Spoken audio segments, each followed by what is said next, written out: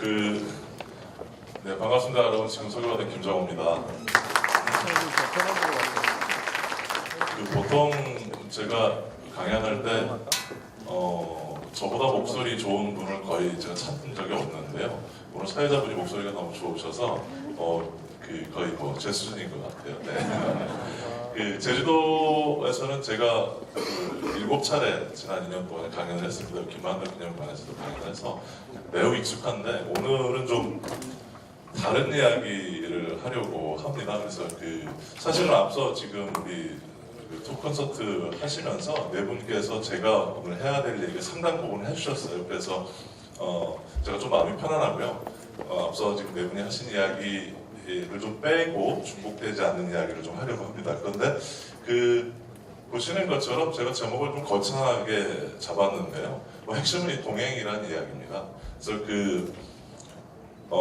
제가 하는 이야기가 아까 보니까 기록이 다 되는 거죠. 지금 페이스북으로 나가고요. 그래서 조심스럽긴 한데 제가 도시 재생과 스타트업이라는 이야기를 공적으로 처음 한 게 정확하게 12년 전입니다.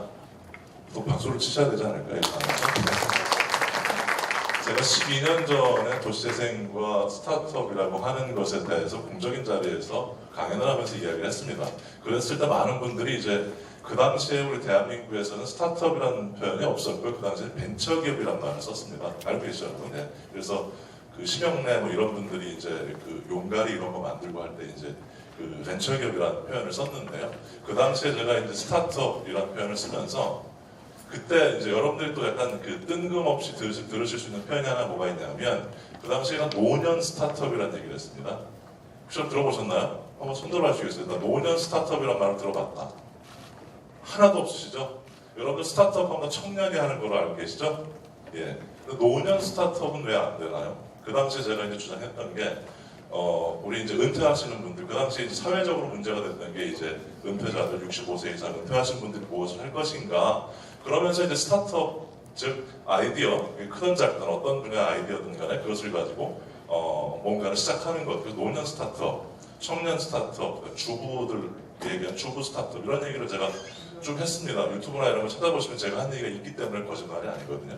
그래서 그러저런 스타트업과 도시재생의 이야기를 제가 오랫동안 해왔는데 이것이 이제 그렇게 큰 반향은 불러일으키지 못했습니다. 저 역시도 이걸 지속하지는 못했고요. 그래서 저는 이제 도시재생 전문가로서 도시재생에 초점을 맞춰서 거시적인 이야기를 지금까지 해왔는데 오늘은 다행히도 우리 도전포럼에서 도시재생과 스타트업에 대한 것에 초점을 맞춰 주셨고 그래서 저는 그거에 동행이라는 이야기, 즉 이것이 어떻게 동행할 것인가에 대해서 좀 얘기를 하려고 합니다.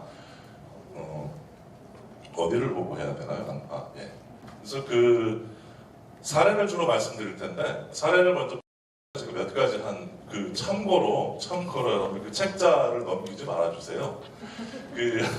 제가 제일 싫어하는 게 사실은 사전 자료를 보내드리는 걸 제일 싫어하는데 하도 보내달라고 보내드렸거든요.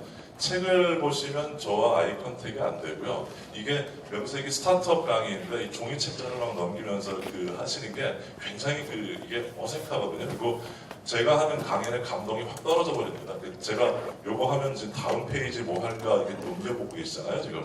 그러니까 책자는 나중에 제 강연 들은 다음에 보시고 그리고 흑백으로 되어 있기 때문에 별 의미가 없습니다.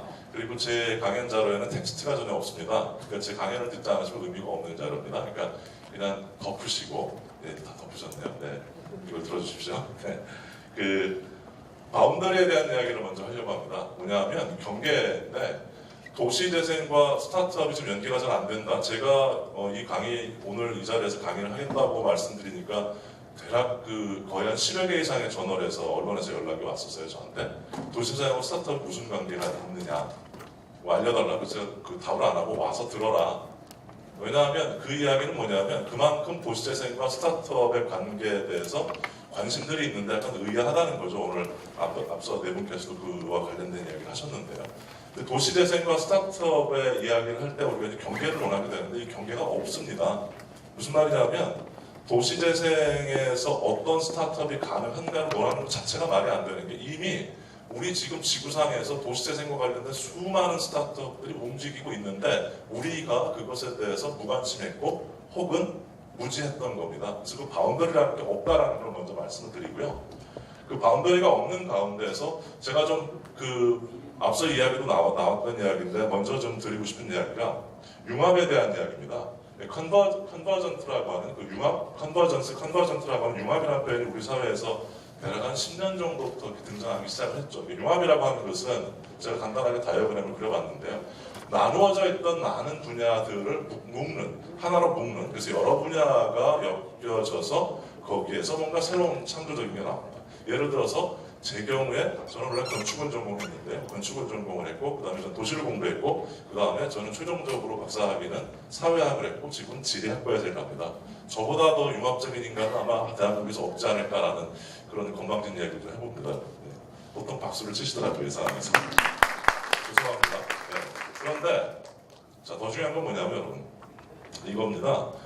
우리가 융합을 이야기하기 전에 사실은 다이버전트라고 하는 분화의 개념이 원래 있었죠. 즉 우리가 학문이나 또는 실제적인 분야에서 커다란 큰 줄기에서 개별 분야들을 다 뽑아냈죠. 기술이 특히 그렇죠.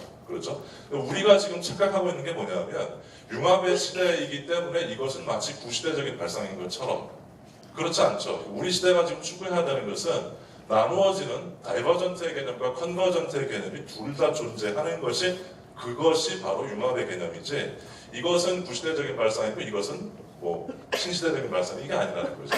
그래서 우리가 지금 도시재생과 스타트업의 관계를 논하는 데 있어서 큰 그림과 작은 그림을 같이 그릴 수 있는 역량을 만들어내는 것 이게 매우 중요합니다.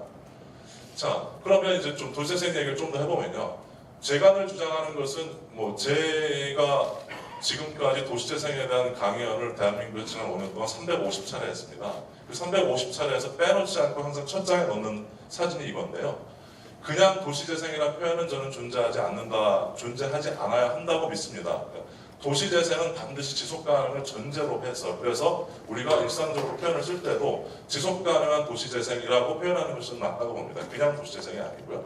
그러면 지속가능한 도시재생이라고 하는 것은 경제적인 것, 이코노믹과 환경적인 것, environmental, social, 사회적인 것 이 세 가지를 어떻게 할 것인가 이 세부적인 안에 있는 것은 보지 않으셔도 됩니다. 그러면 지금 우리가 이야기하려고 하는 스타트업도 도시재생과 연결된 스타트업이라고 한다면 반드시 이 개념을 이해해야 한다는 것이죠. 그러니까 지속가능한 도시재생이 궁극적으로 추구하는 목표가 경제와 환경과 사회의 통합적 원리를 구현하는 것이라고 한다면 스타트업도 당연히 이것과 연계되거나 혹은 이것을 받아들여서 수용해야 한다는 것이죠. 자, 좀 더 구체적으로 말씀을 드려보면 이것은 이제 2005년에 가장 최근에 도시의 삶의 질을 평가한 지표인데 이런 평가 지표는 여러 개가 있습니다. 자, 이 지표를 보면 1위부터 25위까지인데 1위가 비엔나, 츄리히, 오클랜드, 뮤닉, 밴쿠버, düsseldorf, 프랑크푸르트, 제노바, 코펜하겐, 시드니 이렇게 되어 있습니다. 삶의 질이라고 하는 것은 단순하게 그 도시가 경제적으로 잘 사느냐의 차원이 아니고 얼마나 범죄율이 낮은가, 얼마나 녹지를 많이 가지고 있는가, 자전거도로는 얼마나 확충하고 있는가 등등 그야말로 우리가 도시에서 구체적으로 느낄 수 있는 삶의 지표들을 가지고 평가를 한 겁니다. 자, 이 지표들에서 우리가 볼 수 있는 정확한 한 가지 결론은 아주 쉽게 볼 수 있는 결론은 뭐냐면 우리가 통상적으로 알고 있는 대도시들 뉴욕이나 런던이나 도쿄나 우리 서울이나 이런 도시는 없습니다. 그리고 이걸 간단하게 정리를 해보면 오스트레일리아와 캐나다와 뉴질랜드를 제외한 전체 모두 다 뉴욕의 유럽의 작은 도시들입니다. 유럽의 작은 도시들이 도시의 삶의 질에서 매우 높은 평가를 받고 있다는 것. 유럽의 중소도시라고 하면 불과 인구가 20만원, 30만, 우리 제주도 정도밖에 안 되는 이 정도의 도시들이 삶의 지표의 최상위권을 차지하고 있다는 것. 그렇다면 어떻게 해서 이와 같은 도시들이 과연 우리가 알고 있는 세계를 지배하는 거대한 국가의 거대한 수도 큰 도시들을 능가하고 있는가? 이게 이제 지표들인데 이 지표들 자체가 경제 지표가 아니라 이제 주로 삶의 질을 구체적으로 평가하는 지표들입니다. 자, 이것을 지도 위에다 이렇게 얹혀보면 말씀드린 것처럼 유럽의 작은 도시들, 요런 이제 몇 개, 캐나다와 오스트레일리아를 빼고 나면 유럽의 작은 도시들의 삶의 질에 있어서 최고의 수준을 유지해 왔다는 것. 여기에서 우리가 어떤 힌트를 얻어낼 수 있냐 하면 이것을 제가 이제 또 요즘 우리 대한민국에서 정말 대한민국에서만 엄청나게 인기를 끌고 있는 4차 산업혁명에 대한 얘기를 좀 드리면, 예, 이게 이제 밖에 나가는 얘기를 거짓말하면 안 되거든요. 4차 산업혁명에 대해서 전 세계적으로 공인된 이론을 만드는 학자는 없습니다. 제가 단언코 말씀드리는데, 영어로 Fourth Industrial Revolution이라고 하는 것을 구글 스칼라에 여러분 쳐보시면 이것에 대해서 정확하게 정리가 된 논문은 존재하지 않습니다. 예. 4차 산업혁명에 대한 순위를 UBS에서 좀 공인되게 그 4차 산업혁명 순위가 아니고 정확히 말하면 4차 산업혁명이 잘 적응되고 있는 도시를 평가한 순위입니다. 이게 보시면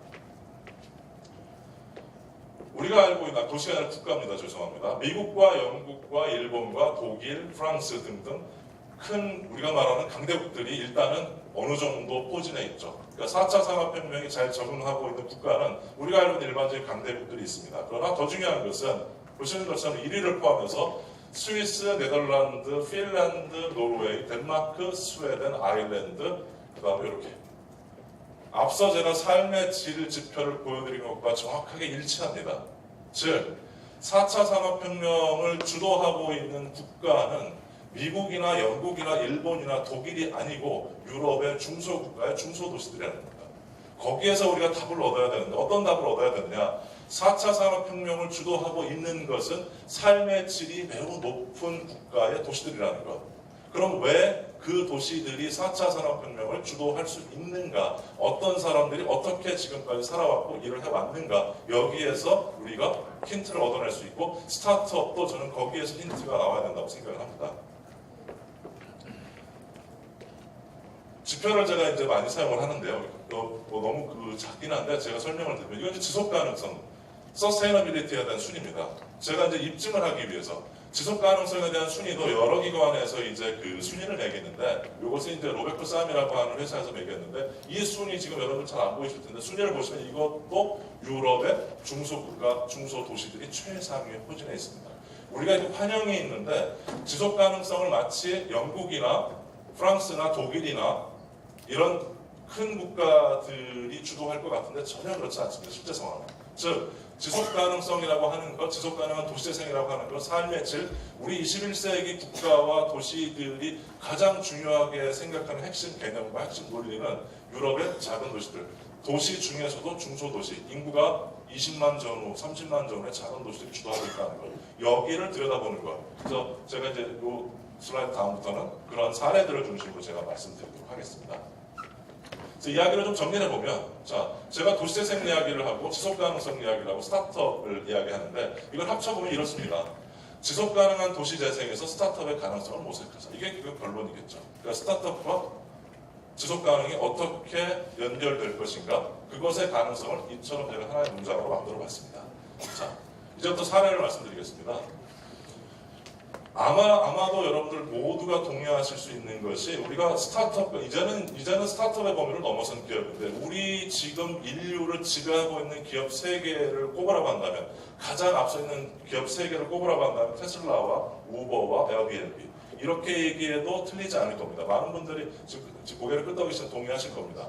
테슬라와 우버와 에어비앤비 제가 3개만 지금 이제 우리 21세기 지구를 지배하고 있는 기업들을 100개를 뽑아서 제 연구팀에서 지금 조사를 하고 있는데요. 그 중에서도 많은 사람들이 공인하는 것이 테슬라와 우버와 에어비앤비죠. 그러면 우리가 착각하고 있는 게 뭐냐면 테슬라와 우버와 에어비앤비는 오너가 아주 탁월한 창조적인 아이디어를 가지고 애플처럼 창조적인 아이디어를 가지고 그것을 돈으로 바꾸어서 그러니까 펀딩을 받아서 혹은 투자를 받아서 기업을 일으키고 그것이 어마어마한 우리가 상상할 수 없었던 고부가가치를 일으켰다. 그래서 아마도 여기 앉아 계신 많은 분들 혹은 우리 지금 지구상에서 스타트업을 하고 계신 분들이 테슬라의 아담 머스크와 같은 꿈을 꾼다든지 우버와 같은 기업, 에어비앤비와 같은 기업을 만들려고 할 겁니다. 나쁜 게 아니죠, 그게. 그런데 중요한 것은 테슬라나 우버나 에어비앤비와 같은 소위 혁신 기업들이 어떻게 해서 만들어질 수 있었는가에 대해서 관심을 갖지 않는다는 거죠. 자, 정리하면 테슬라와 우버와 에어비앤비가 만들어진 핵심적인 아이디어는 도시에서 온 겁니다. 테슬라가 어떻게 만들어졌나요, 여러분? 간단한 이야기잖아요. 친환경적인 차잖아요. 친환경이라고 하는 것은 도시에서 출발해서 도시를 주도하고 있는 담론입니다. 아까 보여드린 것처럼 21세기 도시를 주도하는 담론은 지속가능성이고 거기에 핵심 축 중에 하나는 경제와 환경과 사회인데 환경이라고 하는 도시 담론을 테슬라의 오너인 알란 머스크가 엄청나게 고민을 했던 사람이고 테슬라의 탄생은 기술력에 의한 것이 아니라 도시에 대한 고민에서 나온 겁니다. 우버 마찬가지죠, 여러분. 우버라고 하는 시스템, 우버 정말 간단하고 우리나라도 원래 비슷한 게 있었죠. 카카오 택시 뭐 이런 게 비슷한 게 있었죠. 우버와 비슷한 시스템이 전 세계에 굉장히 많았어요. 그런데 어떻게 우버가 예외적으로 성공할 수 있었는가? 지금 어마어마하죠. 펀딩 받은 규모가. 우버가 성공할 수 있었던 핵심도 도시에서 차가 어떻게 네트워킹 될 수 있는가? 그리고 차의 네트워킹을 통해서 개인이 차를 소유하지 않고 간단하게 차를 이용하고 필요할 때만 이용하고 그 다음에 저가로 양질의 서비스를 받는 것. 그래서 그걸 통해서 개인이 차를 소유하지 않게 되는 것. 우리 도시 21세기 도시가 핵심 개념을 우버가 정확하게 읽어낸 거죠. 도시에서 출발한 겁니다. 에어비앤비 말이 필요 없죠, 이건 여러분. 우리 대한민국이 얼마나 죄송합니다. 이게 김연아 의원도 계신데 이런 말씀드려요. 우리 도시는 굉장히 역행하고 있죠, 지금. 남들이 안 하는 쪽으로 주로 이렇게 발전을 시키고 있잖아요. 그 중에 하나가 이제 호텔 산업이죠. 호텔 산업이 사장 산업으로 이미 자리 잡은 것은 20세기 후반부터 전 세계 많은 국가들이 호텔 산업을 사장 산업으로 보고 다른 형식의 개발을 유도했는데 우리는 유독 이제 뭐 중국인 관광객도 있긴 하지만 호텔을 엄청나게 많이 지었죠. 비즈니스 호텔 서울에 지금 엄청나게 많이 지었는데 뭐 공실률이 지금 어마어마합니다. 전 세계에서 호텔 산업과 관련돼서 가장 선도적인 역할을 하고 있는 게 즉 그러니까 숙박 산업과 관련돼서 가장 선도적인 역할을 하는 게 에어비앤비죠. 에어비앤비 아이디어 판단하죠. 호텔이라고 하는 것은 현대도시에서 도시를 망치는 주범 중에 하나입니다. 즉 고층 건물로 호텔을 지어서 그것 자체가 뭐 경관을 망친다 뭐 이런 것도 있지만 주변 환경, 거리 환경을 망치고 엄청나게 많은 차량이 들어가야 되고 그렇죠.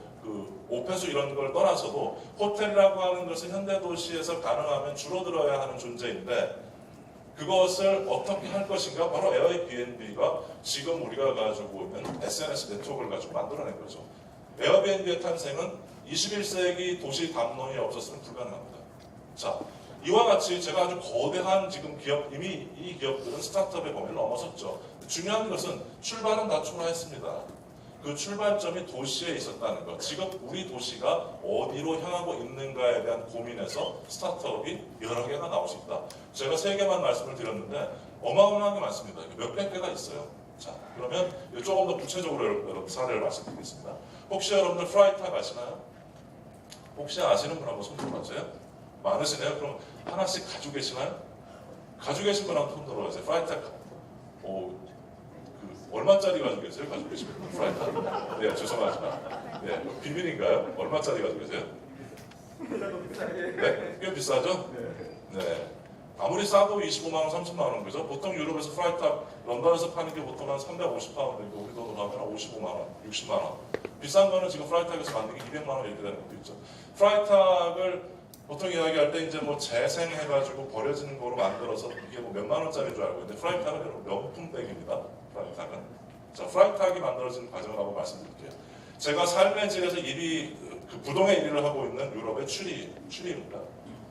취리는 굉장히 작은 도시입니다. 작고 목가적인 전원적인 느낌의 우리가 알고 있는 전형적인 유럽의 도시죠. 그런데 이 취리에 어떤 일이 벌어지고 있는지를 아는 분들이 많지가 않으세요. 취리에 가면 이처럼 뭐 몇백 개의 분수를 볼 수 있습니다. 그러니까 정말 전원적인 도시인데 이 취리에 우리가 늘 알고 있는 금융권, 그러니까 세계를 지배하는 주요한 금융회사, 은행과 보험회사의 본사들이 자리하고 있죠. 그게 일단 하나 힌트고요. 또 하나는 IBM을 포함해서 전 세계의 혁신적인 그 다음에 창조적인 기업의 연구소들이 또 취리에 자리 잡고 있습니다. 그러면 돈과 아이디어가 있는 도시인 거죠, 취리가. 그럼 왜 돈과 아이디어가 여기에 몰리는가는 생각을 잘 안 하세요. 어떻게? 그리고 왜 이 도시에 돈과 아이디어가 몰리는가? 바로 이 도시가 가장 살기 좋고 플러스 가장 기업을 하기에 좋고 가장 연구하기에 좋은 도시를 만들었다는 겁니다. 따라서 IBM을 포함해서 세계적인 연구 기업들이 여기에 자리를 잡았기 때문에 기본적으로 돈이 있는 도시예요. 즉 돈이 있다는 게 우리가 말하는 적은 정도가 아니라 어마어마하게 펀딩을 할 수 있는 본사들이 자리 잡고 있고 그 기술이 들어갔습니다. 그러니까 여기에서도 당연히 엄청나게 많은 양의 스타트업이 출발하겠죠.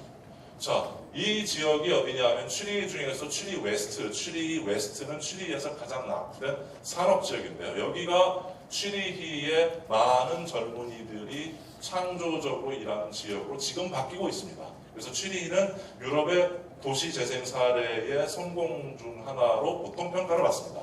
그래서 여기서 프라이탁이 여기 잘 잡고 있는데 안 보이실 거예요. 여기 있거든요. 보이시나요 혹시? 예, 프라이탁 본사가 여기입니다. 자, 몇 가지 보여드리면 이제 추리 얘기가 나왔으니까 요거는 뭐냐 하면 양조장이에요. 양조장 건물을 바꿔서 지금 문화예술 공간으로 쓰고 있고요. 요것은 슈프바우라고 하는 배를 만들었던 조선소입니다. 그래서 요것도 레스토랑 겸 재즈바 이렇게 문화예술 시설이고요. 요 공장입니다. 공장도 역시 새로운 쇼핑몰로 바뀌었고요. 전부 다 여기서는 새로 만드는 게 없어요. 전부 다 있던 겁니다. 그래서 여기는 이제 원래 그 기차가 지나가던 선로 밑에를 카페로 만들었고요. 자, 이 도시에 이와 같은 많은 재생 작업이 이루어지고 있는데 그럼에도 불구하고 우리가 추리 웨스트를 대표하는 거 하나를 얘기를 한다면 압도적으로 프라이탁입니다. 이 프라이탁의 로고인데요. 이거죠, 여러분. 혹시 비슷한 거 가지고 계시나요? 아까 손 드신 분들? 네, 이게 좀 저렴한 겁니다. 한 30만 원 하는 거예요. 자, 프라이탁의 백의 종류는 지금 나오면 700개 정도 된다 그럽니다. 타입이 700개 정도가 된다 그래요. 자, 그러면 프라이탁이 어떻게 출발했는가? 제가 배경을 말씀드렸죠.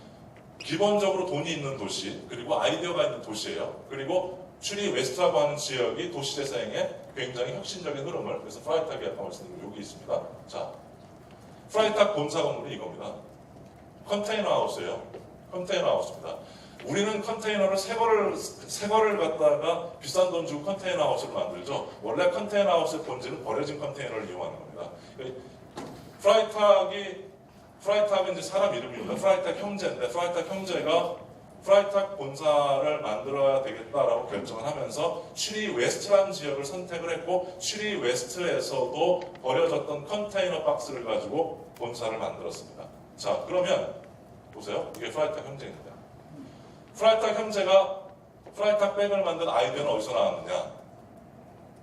보편적으로 우리가 구글이나 네이버를 찾아보면 이렇게 나옵니다. 프라이탁이 원래 디자이너거든요. 디자이너인데 이 친구들이 이제 그 디자인한 도면을 백에다 넣고 자전거를 타고 가야 되는데 이게 비 맞으니까 젖는 거예요. 그래서 이걸 젖지 않게 하기 위해서 그러니까 튼튼한 백을 만들어야 되겠다 해서 거기서 아이디어가 나온 겁니다. 자, 근데 그게 당연히 기본적인 더 중요한 건 뭐냐면 프라이탁을 만드는 백의 재질은 세 가지에서 옵니다. 뭐냐면 차를 덮는, 그러니까 수송차를 덮는 그 가죽천이죠.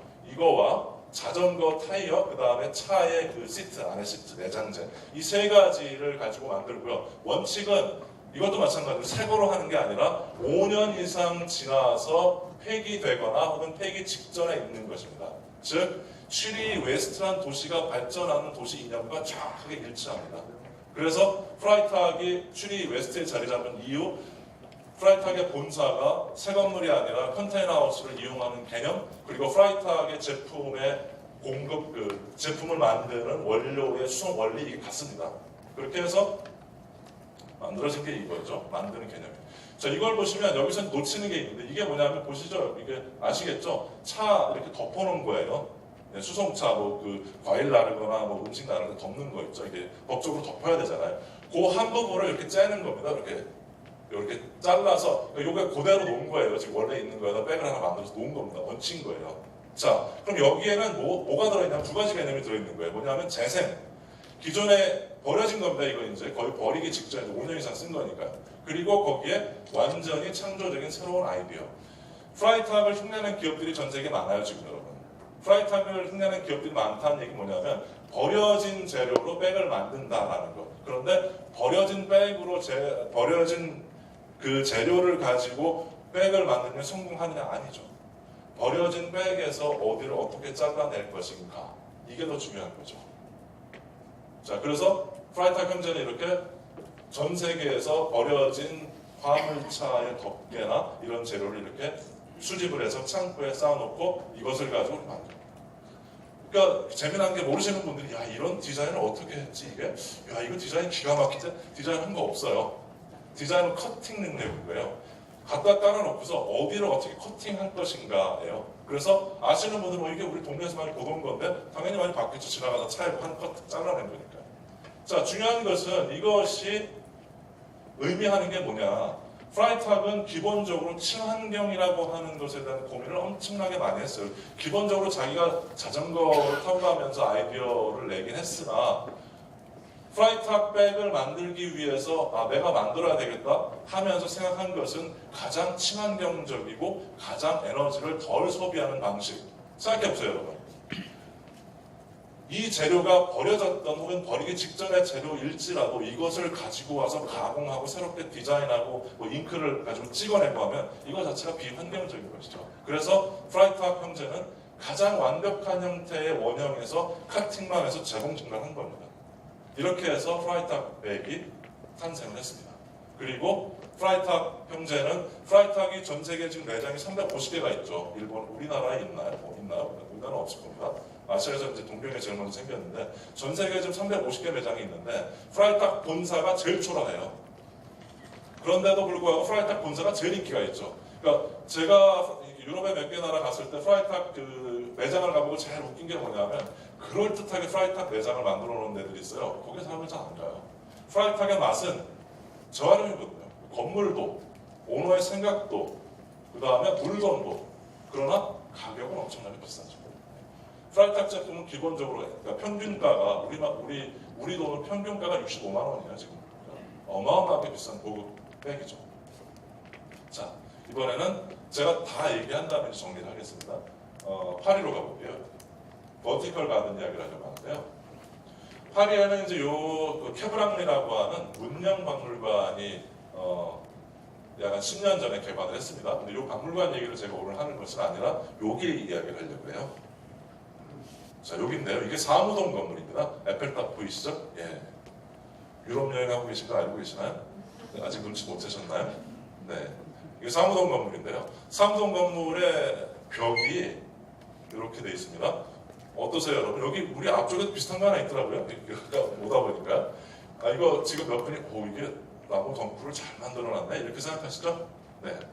여러분, 우리가 20세기까지 인류가 만들어놓은 건물들 중에서 가장, 그러니까 건축적으로 이야기하면 가장 큰 문제가 되는 게 뭐냐? 벽을 처리하는 방식이 굉장히 큰 문제가 됐습니다. 왜냐하면 벽이라고 하는 것은 이게 그러니까 페인트를 칠하거나 칠하지 않더라도 뭔가 장식을 하거나 이런 요소이지 벽 자체는 사실은 굉장히 비환경적인 부분으로 간주가 돼요. 뭔가 해야 되기 때문에. 그래서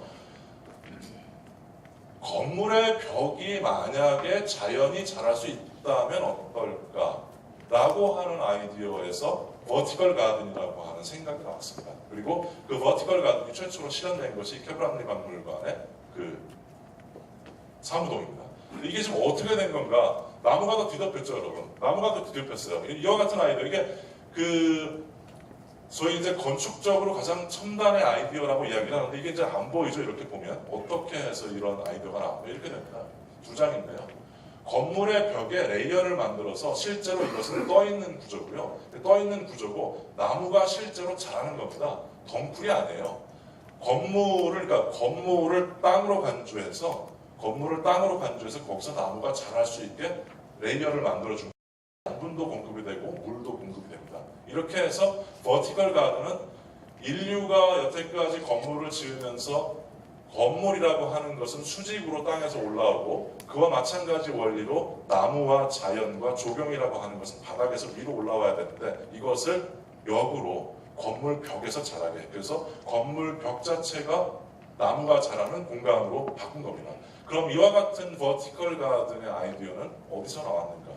이 버티컬 가든이 최초의 케브랑리 박물관에 등장한 이후에 이게 지금 현재 실현된 게 한 3,000개가 넘는다고 하더라고요, 전 세계에. 그럼 왜 이게 인기를 끄는가? 마찬가지로 실제로 버티컬 가든 설치되잖아요. 여기에 주변 온도가 한 3도 이상 떨어진다고 해요. 온도가 여름에요. 당연하겠죠. 이게 실제 살아있는 그 나무니까 이게 바닥에 심어진 거하고 이게 경우가 다르거든요. 버티컬 가든 역시 지속 가능한 도시를 만들기 위한 노력의 결과인 거죠. 어떻게 하면 자연 환경을 우리 도시에 더 만들어낼 것인가? 우리는 그것을 항상 바닥에서 해결했습니다. 즉 땅에 나무를 심는 조경의 원리를 우리가 고민을 하고 어떻게 하면 보다 많은 나무, 보다 많은 가로수를 심을 것인가인데, 만약에 벽도, 건물의 벽도 나무가 심어질 수 있다면, 이와 같은 아이디어를 실현할 수 있다면 훨씬 더 우리 도시가 친환경적으로 바뀔 수 있겠지 않겠는가. 그리고 이것의 실현이 가능한 것은 바로 우리 시대가 가지고 있는 IT 기술이 있기 때문이죠. 이게 지금 어느 정도까지 발전을 했냐면, 이게 앱으로 조절이 돼요. 컵딱 물을 주고 나무 양분을 주고 하는 것이 타이머도 작동을 하고요. 그러니까 건물 자체, 이것 자체 건물이 하나의 살아있는 생명체로 바뀐 거죠.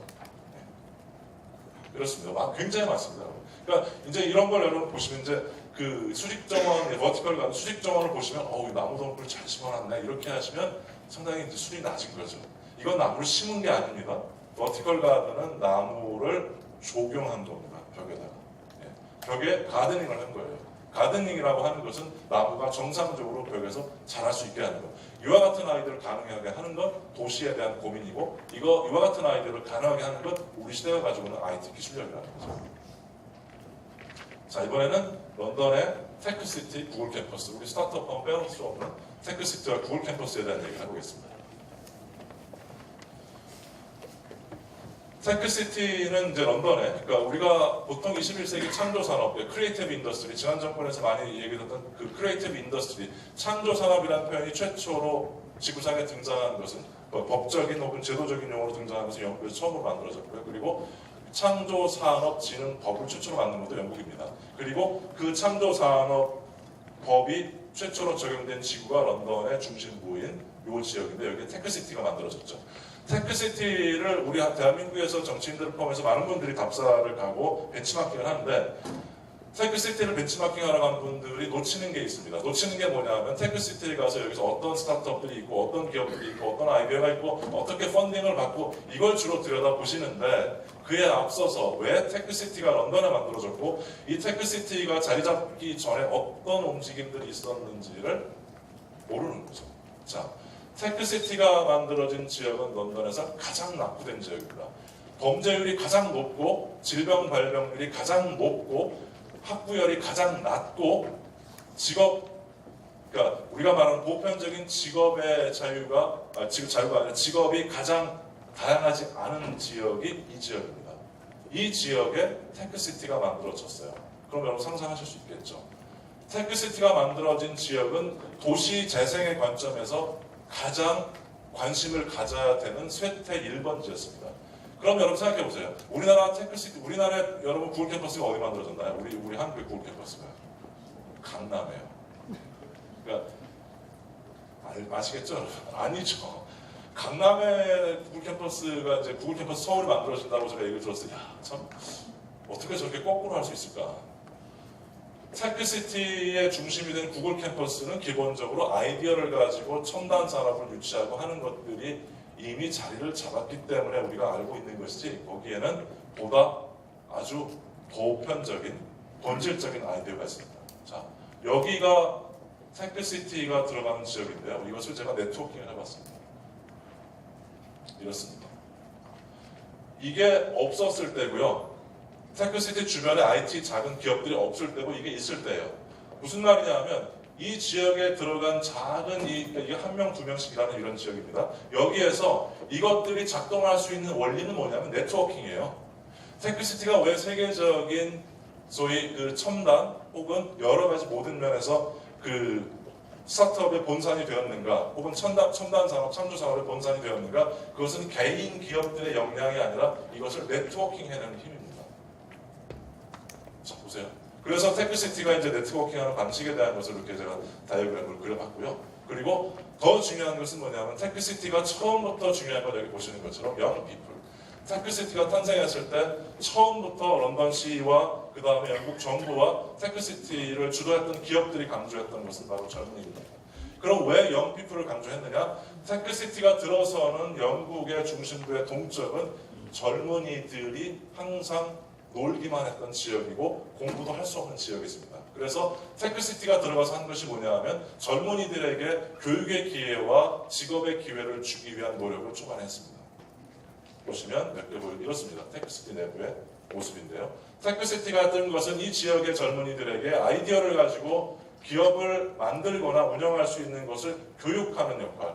처음에 테크시티가 출발한 것은 아이디어 펀딩을 받아서 기업을 만들게 하는 것이 아니라 무엇을 가지고 아이디어를 만들어내고 그 만들어낸 아이디어가 어떻게 기업과 연결될 수 있고 그리고 궁극적으로 그것이 어떻게 물건으로 만들어질 수 있는가 이것을 교육하는데 엄청나게 많은 시간을 보냈습니다. 그리고 뭐 이렇게 강의가 좋아서요. 그죠? 좋네요. 네. 자, 이렇게 그래서 이 젊은이들이 아주 어린 친구들이 새로운 미래의 역군이 될 수 있는 작업들을 테크시티에서 했고 이것이 궁극적으로 지역 주민으로 확대가 되기 시작합니다. 그렇게 해서 이 지역 자체가 테크시티 이런 거창한 개념이 아니고 지역의 새로운 활력을 즉 도시 재생에 우리가 항상 이야기하는 주민주도의 도시 재생이 출발했던 지역이 여기입니다. 그래서 여기에 테크시티의 중추적인 역할을 하는 구글 캠퍼스가 들어섰죠. 구글 캠퍼스가 첫 해에 자기네 결과를 가지고 이렇게 다이어그램을 가지고 뭐 몇 개 기업이 들어섰고 그 다음에 그 몇 명이 방문했고 뭐 그 다음에 여성 고용 이런 것들이 있는데 이것이 여러분 뭐냐 하면 우리 도시 재생이 건강한 방식으로 가는 정답이에요. 그럼 구글 캠퍼스를 이끄는 사람들이 도시 재생에 대한 이해 수준이 엄청나게 높았기 때문에 이와 같은 결과가 나온 아니죠. 이 사람들이 처음부터 가지고 있던 아이디어가 도시 재생과 새로운 아이디어가 들어간 스타트업 젊은이들을 연계하는 것 제가 오늘 말씀드리려고 하는 생각들을 가지고 구글 캠퍼스를 만든 것입니다. 자 이제 마지막 사례를 가지고 결론을 해보겠는데요. 조금 가볍게 제가 그러면서 결론은 좀 무겁게 잘 아시죠 여러분? 런던에 가시면 여러분 흔히 보시는 이 빨간 버스 그러니까 런던의 랜드마크잖아요. 이 런던의 루트마스터가 처음 만들어진 것은 지금 100년이 넘었고요. 실질적으로 이와 같은 형태가 만들어진 것은 1947년, 그러니까 70년 정도가 됐습니다. 2차 대전 이후에. 이게 지금도 굴러다녀요, 15번 버스가.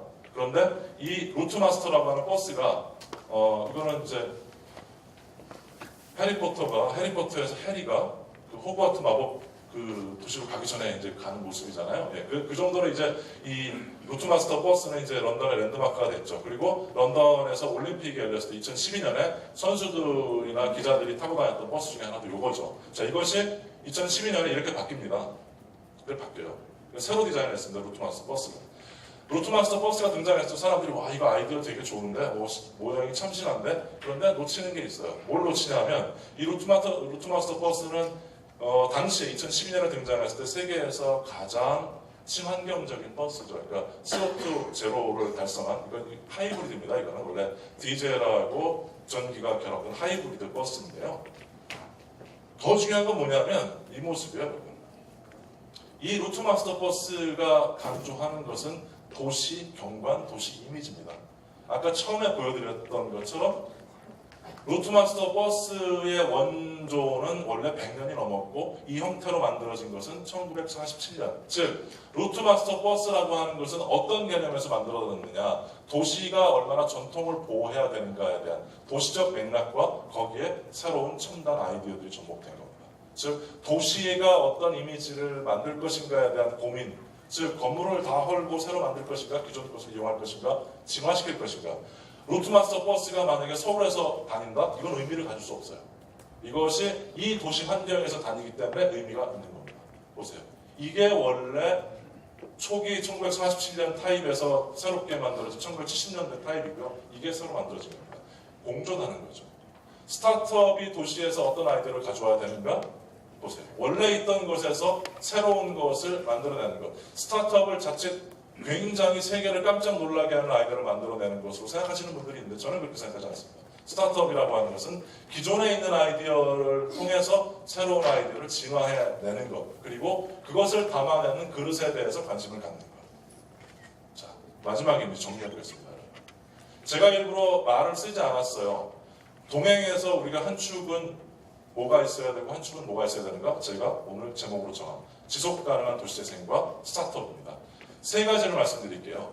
윈윈 해야 됩니다. 윈윈 해야 되기 위해서 절대적으로 우리가 지금부터 관심돼야 되는 첫 번째, 지속가능한 도시 재생을 통해서 세상이 돌아가는 흐름을 죄송합니다. 좀 반말로 하면 세상이 돌아가는 흐름을 읽어라. 이것이 제가 스타트업을 하는 분들에게 항상 이야기하는 겁니다. 세상의 흐름을 읽는다는 것은 아까 아란 머스크와 같은 아이디어뿐이 아니라 에어비앤비가 나온 이유, 그 다음에 뭐 기타 등등등 많은 선도적인 기업들이 나오게 됐던 세상을 읽어내는 것. 두 번째, 돈의 흐름을 읽어야 됩니다. 그러니까 직설적으로 얘기하면 돈의 흐름인데 조금 더 우아하게 얘기하면 경제의 흐름을 읽어야 됩니다. 세 번째가 제일 중요해요. 여러분. 기업 경영 윤리의 흐름을 읽으십시오. 제가 지금까지 지난 3년 동안에 도시재생과 관련된 스타트업 젊은이들에게 한 100팀도 넘게 연락을 받았습니다. 영국에 있으면서 나 이런 아이디어 있는데 이걸 가지고 도시재생 스타트업을 하고 싶다. 그때 제가 항상 이야기하는 게 이 세 가지. 이런 준비가 되어 있는가? 세상을 읽을 준비가 되어 있느냐? 돈의 흐름을 읽을 준비가 되어 있느냐? 기업 경영의 흐름을 읽을 준비가 되어 있느냐? 이 세 가지가 되어 있지 않다면 스타트업을 해도 두 종류, 망하거나 사기꾼이 되거나. 사기꾼들 많이 등장했지 않았습니까? 벤처기업 당시에.